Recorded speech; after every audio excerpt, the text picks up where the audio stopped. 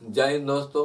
पिछले वीडियो में आपको हम बताएं लोकसभा और राज्यसभा की चर्चा किए थे कि लोकसभा की क्या शक्तियां हैं और राज्यसभा की क्या शक्तियां हैं और क्या इनमें कमी है, उसके बारे में भी आपको बताए थे।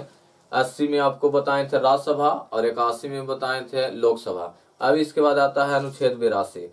अनुच्छेद 82 में कहा गया है कि प्रत्येक जनगणना के बाद 10 लाख जनसंख्या पर एक संसद को खड़ा किया जाएगा कि 10 लाख जनसंख्या पर एक संसद को खड़ा करने के रिवाज किया गया था हमारे संविधान में कि सारा समस्या जो 10 लाख की जनता है वह सबको बांट दिया गया था कि 10 लाख पर एक संसद वह ग्रामीण जनता या कोई भी आम पब्लिक की बात सुने और वह लाके पार्लियामेंट में बताएं। लेकिन यह प्रक्रिया इतना ज्यादा हो गया, जनसंख्या इतना भारत में तेजी हुआ कि कुलदीप सिंह के निर्णय पर लिया गया, कुलदीप सिंह समिति के निर्णय पर लिया गया कि सन 1971 पर यह कहा गया कि यह 10 लाख की जनसंख्या पर पार्लियामेंट जो संसद की संख्या जो बढ़ाते थे उसे रोक दिया जाए। इसके लिए 84वां संविधान संशोधन 2002 में किया गया कुलदीप सिंह समिति के अनुसार कि यह जब भी जनगणना होगा सन 1971 पर जो भी आधारित है, जितने भी सांसद हैं उन्हें सीट अब उतना ही रोक दिया जाए, क्योंकि संसद भवन पुराना है और संसद भवन में सांसद को बैठने के लिए सीट नहीं है। इसलिए 84वां संविधान संशोधन सन 2002 में किया गया। उसमें कहा गया जितने भी अभी जो जनगणना के 10 साल में जो प्रक्रिया होता है वह तो होगा, लेकिन संसद की सीट नहीं बढ़ाया जाएगा। अगर नया पार्लियामेंट 2026 में जो बनना था, अगर वह निर्माण होता है 2026 तक, तो उसके बाद सन 2001 की जनगणना पर वह संसद की सीटों की समायोजन किया गया। जब वह नया संसद भवन का निर्माण हो जाएगा तो वह 2001 की जनगणना पर संसद की वृद्धि किया जाएगा, क्योंकि यह 2002 में तय कर दिया गया था कि हमारे पास पुराना पार्लियामेंट है, इसमें सांसद लोग के बैठने की जगह नहीं है। इसलिए यह जनसंख्या जो 10 लाख पर बढ़ने पर एक संसद को बढ़ाने का जो था उसे रोक दिया गया था। और यह जो अभी जो हमारे वर्तमान में जितने भी संसद जो 545 संसद है वह सन 1971 की जनगणना पर आधारित है। और अगला जो 2026 में जो संसद का जो चुनाव होगा वह जनगणना 2001 पर आधारित रहेगा। बोलिएगा कि 2026 का जनगणना पर क्यों न आधारित होगा, क्योंकि जब यह संविधान संशोधन किया जा रहा था उस बार 2002 था और 2002 से आप 10 साल पहले के अंदाजा, 15 साल पहले के अंदाजा नहीं लगा सकते हैं कि कितना जनसंख्या का वृद्धि होगा।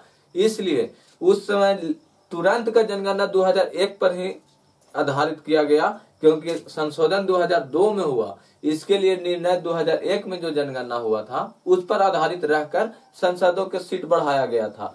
इस प्रकार आपको 84वां संविधान संशोधन 2002 में हुआ। यह किस समिति पर आधारित हुआ था? कुलदीप सिंह समिति के आधारित किया गया था।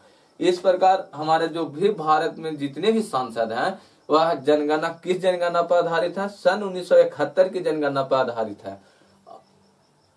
यह किस अनुच्छेद में कहा गया है? यह 82 में कहा गया है कि प्रत्येक जनगणना पर 10 लाख की जनसंख्या पर एक संसद की व्यवस्था किया गया था। 10 लाख की जनगणना पर एक संसद की व्यवस्था किया गया था, लेकिन पुरानी संसद भवन हमारे पास था जो 1927 में जो बना था संसद भवन, उसमें इतना सीट नहीं आ रहा था कि प्रत्येक 10 साल की जनगणना पर हम सीट को बढ़ोतरी कर सकें।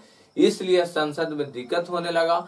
इस प्रकार 2002 में 84वां संविधान संशोधन किया गया कि जब तक नया पार्लियामेंट 2026 तक नहीं बन सकता है तब तक संसद का वृद्धि व्यवस्था नहीं बढ़ा सकते हैं।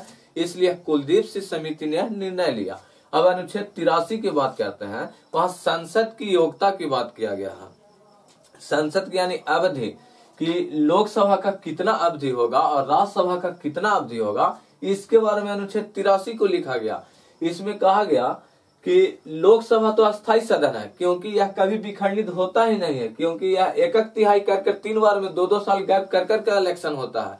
इस प्रकार यह तो अस्थायी सदन है, लेकिन लोकसभा विखंडित होता है, इसलिए यह सदन का कार्यकाल 5 वर्ष होगा। इसके बाद अनुच्छेद 84 में कहा गया कि संसद की योग्यता, जो संसद में जो बैठते हैं व्यक्ति, उसे सांसद कहा जाता है। उस व्यक्ति का योग्यता क्या होना चाहिए? तो व्यक्ति भारत का नागरिक होना चाहिए, वह दिवालिया नहीं होना चाहिए, लाभ की पद पर नहीं होना चाहिए, और लोकसभा में उन्हें 25 वर्ष की आयु चाहिए और राज्यसभा में उन्हें 30 वर्ष की आयु चाहिए। इसके बाद अनुच्छेद 85 में कहा गया है सत्र और 17वां। सत्र और 17वां, इसका मतलब क्या है कि जब भी राष्ट्रपति कोई भी विधेयक बनाने के लिए जब संसद भवन में सारे सांसद को बुलाते हैं, उसे आहूत कहा जाता है, और जो सत्र चलता है उसे उस सत्र का नाम लिखा जाता है कि यह कौन सा सत्र चल रहा है। हमारे पास अभी 3 प्रकार के सत्र है, एक बजट सत्र, एक मानसून सत्र, एक शीतकालीन सत्र। अभी वर्तमान में शीतकालीन सत्र चल रहा है। इसमें क्या होता है, बजट सत्र में क्या होता है कि यह फरवरी से मई तक चलता है। बजट सत्र में किया जाता है कोई भी विधेयक कहाँ काम करना है, क्या नहीं करना है, यह हर साल किया जाता है कि कौन सा सत्र में ज्यादा काम करना है, कौन सा विधेयक पारित किया जाएगा, कहाँ निर्माण किया जाएगा। यह सत्र सबसे पहला बजट सत्र चालू होता है। यह सबसे बड़ी सत्र है जो फरवरी से लेकर मई तक चलता है। इसके बाद आता है मानसून सत्र। मानसून सत्र रहता है जुलाई से अगस्त तक। यह जुलाई से अगस्त तक चलता है। और इसके बाद आता है शीतकालीन सत्र। यह नवंबर से दिसंबर तक चलता है। नवंबर से दिसंबर यह सबसे छोटा सत्र है।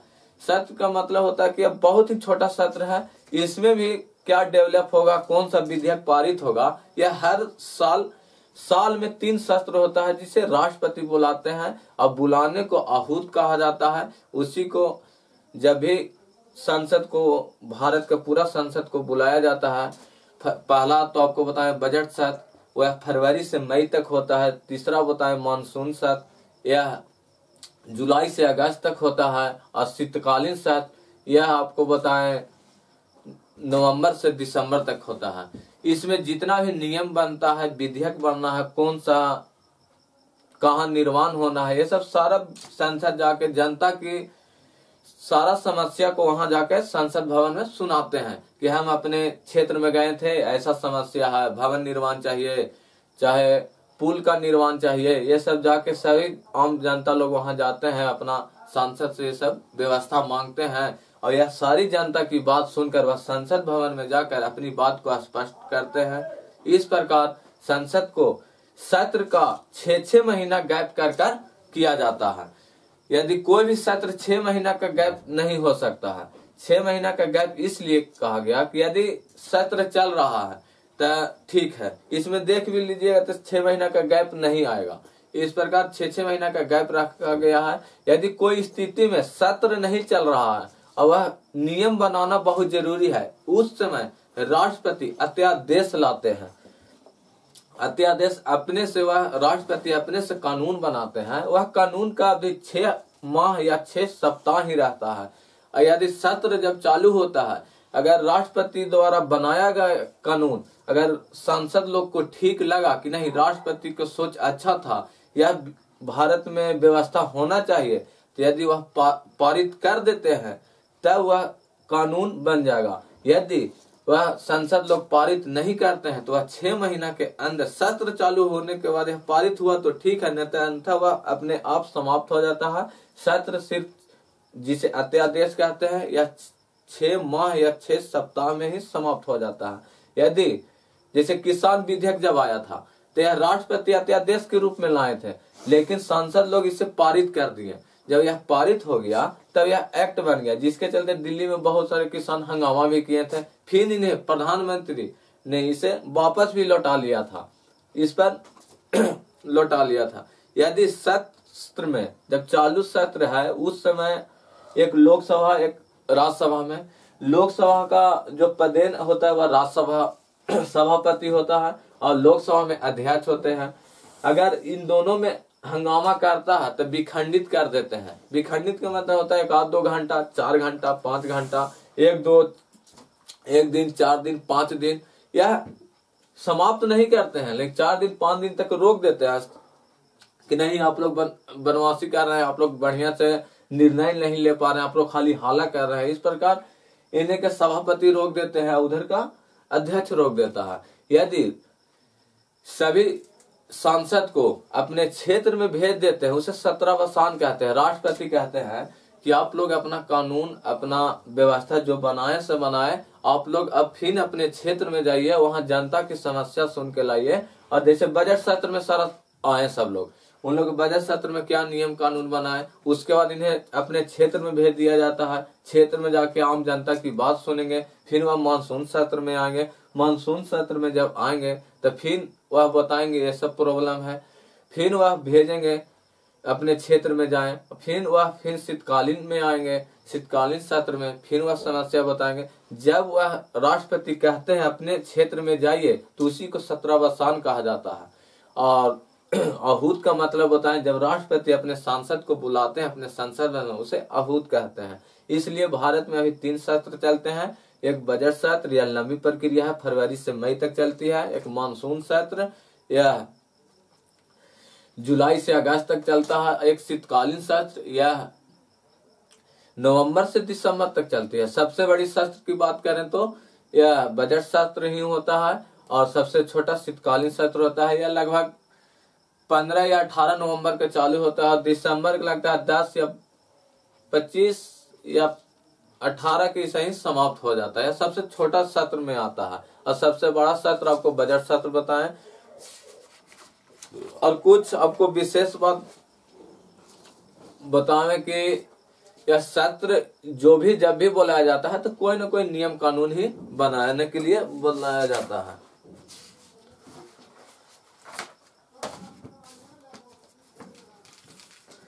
उसके बाद अनुच्छेद 85 बता दिए। इसके बाद 86, अनुच्छेद 86 में है राष्ट्रपति का अभिभाषण। अभिभाषण के मतलब ये होता है कि हर साल राष्ट्रपति जब भी सत्र बुलाते हैं, बजट सत्र सबसे पहला तो सत्र बजट सत्र हुआ, इसमें जब भी राष्ट्रपति बताए तो अपना भाषण देते हैं, उसी को अभिभाषण कहा जाता है। वह क्या बोलते हैं उसी को, जैसे राष्ट्रपति बुलाए सभी को, अपने क्षेत्र से आए हैं आप लोग, अपने आम जनता की बात सुने होंगे, इस आप सोच समझ के कानून बनाए कि अगला का दिक्कत न हो, दूसरे को मूल अधिकार पर दिक्कत ना आवे, इसलिए आप सोच समझ के कोई भी कानून लीजिए, देश के विकास कीजिए, यही सब अभिभाषण कर देते हैं। यह अनुच्छेद 86 में कहा गया है। अनुच्छेद 87 में विशेष अभिभाषण है। यह तब दिया जाता है जब नई लोकसभा जब चुनाव लड़के आता है 5 साल में, तो एक बार सभी राष्ट्रपति बुलाते हैं और सभी को वहां समझाते हैं कि अपने अपने क्षेत्र से आए हैं, अपनी अपनी समस्या को सभी को बधाई भी देते हैं और कहते हैं कि देश के लिए काम कीजिए। यह अभिभाषण विशेष अभिभाषण के रूप में यह बात करते हैं। इसके बाद अनुच्छेद 88 में कहा गया है कि संसद भवन में मंत्री और एक महान्यायवादी जो केंद्र सरकार के पहला विधि अधिकारी होता है, वह सारी समस्या को जाकर जितना भी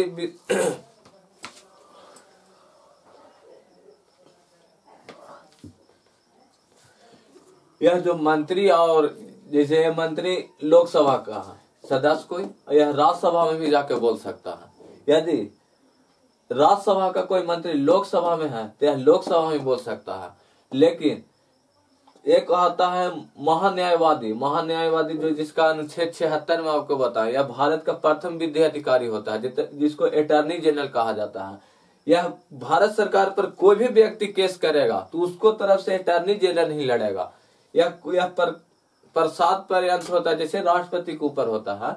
इसमें कोई भी बात बोलना है राज्यसभा में चाहे लोकसभा में, यह दोनों जगह पर वह महान्यायवादी जाके बोल सकते हैं कि आप जो विधेयक बना रहे हैं इससे आपको दिक्कत होगा, आम जनता को दिक्कत होगा। इस प्रकार इस पर अपील भी हो सकता है। जैसे जब जीएसटी जब आया था तो इसके बारे में वही समझाए थे, गुड सर्विस एंड टैक्स, कि यह क्या है, लोग समझ में नहीं आ रहा था। तो वही बताए कि इसका मतलब क्या होता है। तो महान्यायवादी होता है कि अपने सारा चीज बोल सकता है, लेकिन वह संसद की जब भी कोई विधेयक होगा उसमें मतदान नहीं दे सकता। लेकिन मंत्री अगर राज्यसभा का है और लोकसभा में मंत्री तो बैठता ही है, अगर जब वोटिंग के बात आता है तो मंत्री अपने सदन में जाकर, राज्यसभा का सदस्य है इसलिए वह सदन में ही जाकर ही वोट देगा। लेकिन महान्यायवादी वह व्यक्ति है न सिर्फ वह बोल सकता है, वोटिंग का उसका अधिकार नहीं है।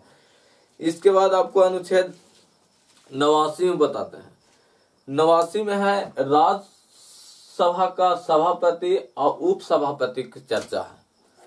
आपको बता दें कि राज्यसभा का जो सभापति होता है वह भारत का उपराष्ट्रपति भी होता है। लेकिन जब भारत का राष्ट्रपति कहीं दूसरे जगह पर कहीं विदेश चल जाए या तबीयत खराब होता है, उसका कार्य जो भी करेगा वह सभापति जो होता है वही उपराष्ट्रपति के पद पर चल जाता है। वह वेतन भी लेता है सभापति के ही अथी पर, पद पर।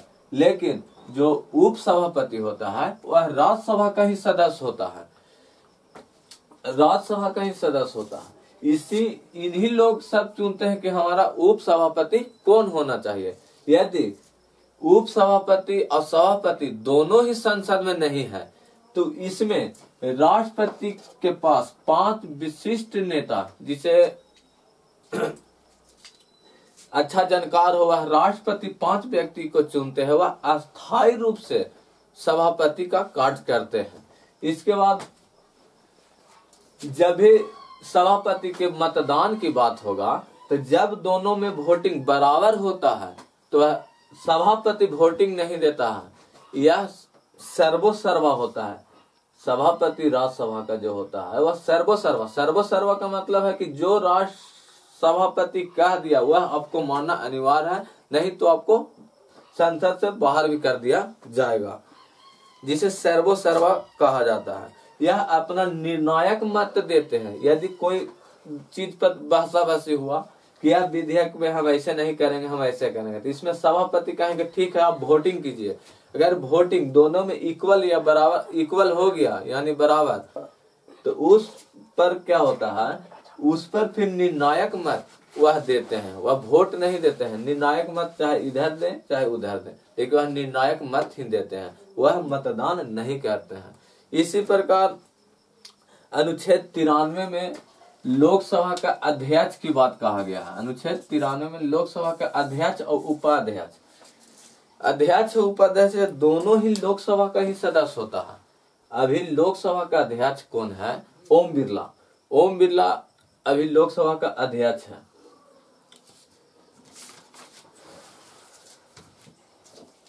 ओम बिरला अभी लोकसभा का अध्यक्ष है और वह लोकसभा का ही सदस्य है।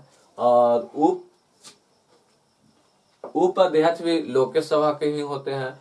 इस प्रकार जो भी निर्णय लेगा इसमें अध्यक्ष ही निर्णय लेगा।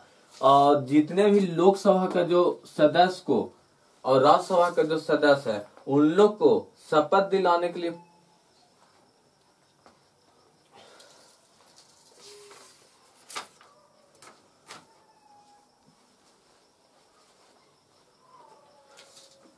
इन लोगों के शपथ दिलाने में प्रोटेन स्पीकर होता है। यह राज्य सबसे वरिष्ठ नेता को कहा जाता है कि आप इन लोग को शपथ दिला दीजिए। और जैसा ही इन लोग शपथ ले लेते हैं उस समय प्रोटेन स्पीकर का पद समाप्त हो जाता है। इस प्रकार जब लोग अध्यक्ष और उपाध्यक्ष जब सभी को शपथ दिलाते हैं उसी समय यह शपथ ले लेते हैं। और लोकसभा की कई शक्तियां भी हैं। इसमें लोकसभा धन विधेयक है कि नहीं यह अध्यक्ष निर्णय कहेगा। यदि कोई सदस्य लोकसभा में 60 दिन बिना कहे अनुपस्थित हो जाता है उस पर यह उसे हटा भी दे सकते हैं, नहीं तो अब इसका कारण बताइए क्यों नहीं आए। और इसमें अगर कोई भी विधेयक पर निर्णय लेना है उस समय अगर सदस्य नहीं 1/10 की गणपूर्ति पर नहीं आता है तो वह लोकसभा वह बात को वैसी सदन में रख देते, वह कार्रवाई चालू नहीं करते हैं, क्योंकि यह लोकसभा का जो सर्वसर्वा जो है वह अध्यक्ष ही होता है। आपको बता दें कि लोकसभा के जो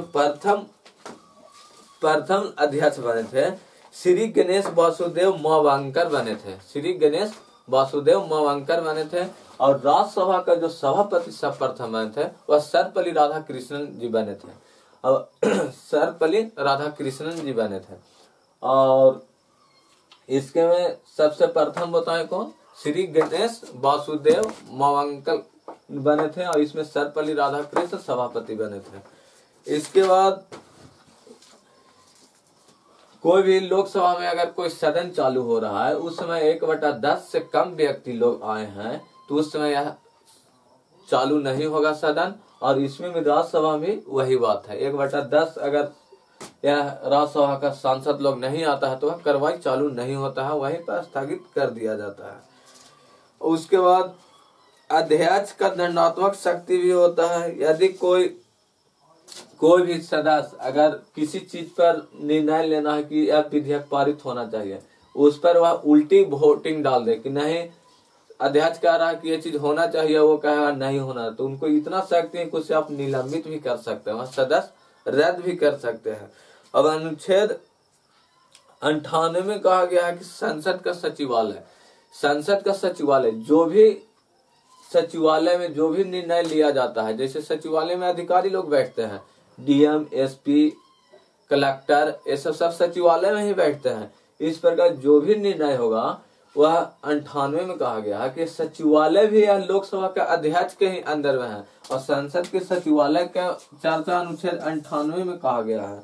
और अनुच्छेद 99 में सांसदों का शपथ की बात कहा गया है कि संसद को सब शपथ कौन दिया था, आपको तो बता ही नहीं कि सभी संसद को प्रोटेक्शन स्पीकर दिया जाता है सभी को। जैसा ही वह विशिष्ट नेता जो होते हैं संसद के वही सभी को शपथ दिए जाते हैं और प्रोटेन स्पीकर को वही शपथ समाप्त। जैसा ही लोग शपथ लेते हैं